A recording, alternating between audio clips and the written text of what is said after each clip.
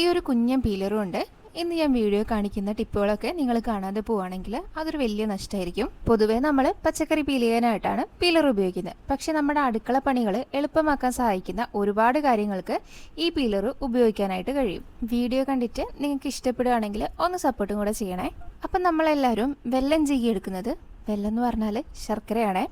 സാധാരണ കത്തി കൊണ്ടായിരിക്കും അല്ലേ. അപ്പോൾ കത്തി കൊണ്ട് ചീകിയെടുക്കുന്നതിനേക്കാളും എളുപ്പത്തിൽ നമുക്കിതുപോലെ പീലർ ഉപയോഗിച്ചിട്ട് ചീകിയെടുക്കാൻ പറ്റും. നമ്മൾ സാധാരണ പച്ചക്കറീൻ്റെ തോലൊക്കെ പോക്കൂലേ, അതേ രീതിയിൽ തന്നെ നമുക്ക് വെല്ലം ഇതുപോലെ പീൽ ചെയ്തെടുക്കാൻ പറ്റുന്നതാണ്. ഒരുപാട് വെല്ലമൊക്കെ ആവശ്യമുള്ള സമയത്ത് ഇടികല്ലൊക്കെ വെച്ചിട്ട് ഒന്ന് കുത്തി കൊടുത്താൽ നമുക്ക് നല്ലപോലെ പൊടിഞ്ഞു കിട്ടും. എന്നാലും നമ്മൾ സാധാരണ അവിലൊക്കെ കഴിക്കൂലേ, അപ്പോൾ ഉപയോഗിക്കാനൊക്കെ കുറച്ച് വെല്ലം മതിയെങ്കിൽ ഇതുപോലെ ഒന്ന് പീൽ ചെയ്ത് കൊടുക്കുകയാണെങ്കിൽ നമുക്ക് ഈസി ആയിട്ട് ചീകിയെടുക്കാനായിട്ട് പറ്റും.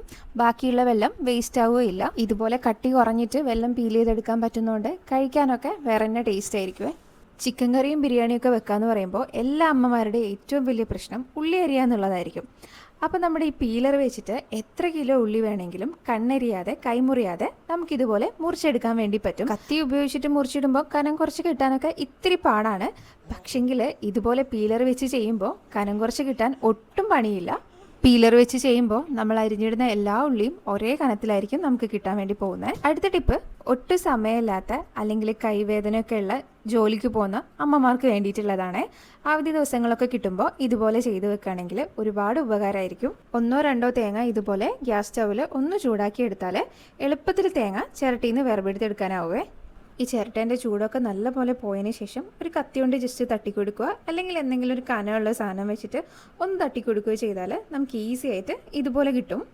ഇനിയിപ്പോൾ നമ്മൾ ഈ തേങ്ങേൻ്റെ മുകളിൽ കാണുന്ന ഈ ബ്രൗൺ കളർ പോർഷനില്ലേ, ഇതെല്ലാം ഒന്ന് പീൽ ചെയ്ത് എടുത്ത് കളയാം.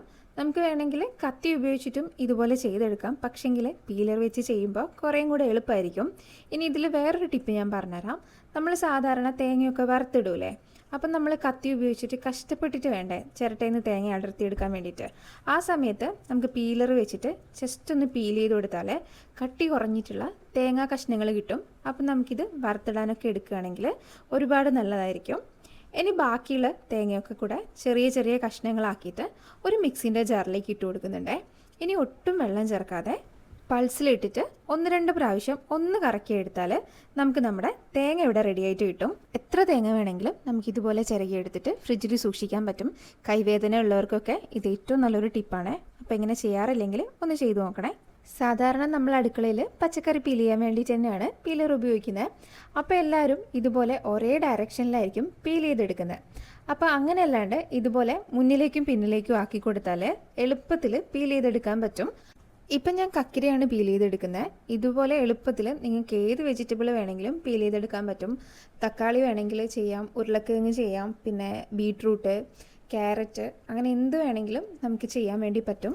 ഞാനിപ്പം കക്കിരിയും ക്യാരറ്റാണ് ഇതുപോലെ പീൽ ചെയ്തെടുക്കുന്നത്. നമ്മൾ സാധാരണ സാലഡിന് ഉപയോഗിക്കുന്ന എല്ലാ പച്ചക്കറികളും ഇതുപോലെ പീൽ ചെയ്തെടുക്കാൻ വേണ്ടിയിട്ട് പറ്റും.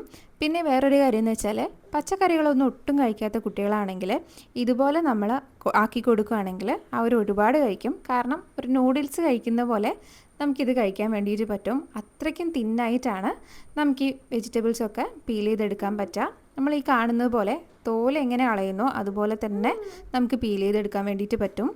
സാധാരണ നമ്മൾ റൗണ്ട് ഷേപ്പിലല്ലേ കട്ട് ചെയ്തെടുക്കുക, അതിന് പകരം ഇതുപോലെ തിന്നായിട്ട് പീൽ ചെയ്തെടുക്കുകയാണെങ്കിൽ കഴിക്കാനും ഒരു പ്രത്യേക ടേസ്റ്റ് ആയിരിക്കുമേ. കുട്ടികൾക്കൊക്കെ ലഞ്ച് ബോക്സിലൊക്കെ ഇതുപോലെ കൊടുത്തു വിടുകയാണെങ്കിൽ അവർക്കും കഴിക്കാൻ ഭയങ്കര ഇൻട്രസ്റ്റ് ആയിരിക്കും. പിന്നെ നമുക്ക് വേണമെങ്കിൽ ഇതിലേക്ക് കുറച്ച് ഉപ്പും കുരുമുളകും കൂടെ ഇട്ട് കഴിക്കാനും പ്രത്യേക ടേസ്റ്റാണ്. ഈ ടിപ്പുകളൊക്കെ നിങ്ങൾക്ക് ഇഷ്ടപ്പെട്ടിട്ടുണ്ടെങ്കിൽ സബ്സ്ക്രൈബ് ചെയ്യാൻ മറക്കല്ലേ.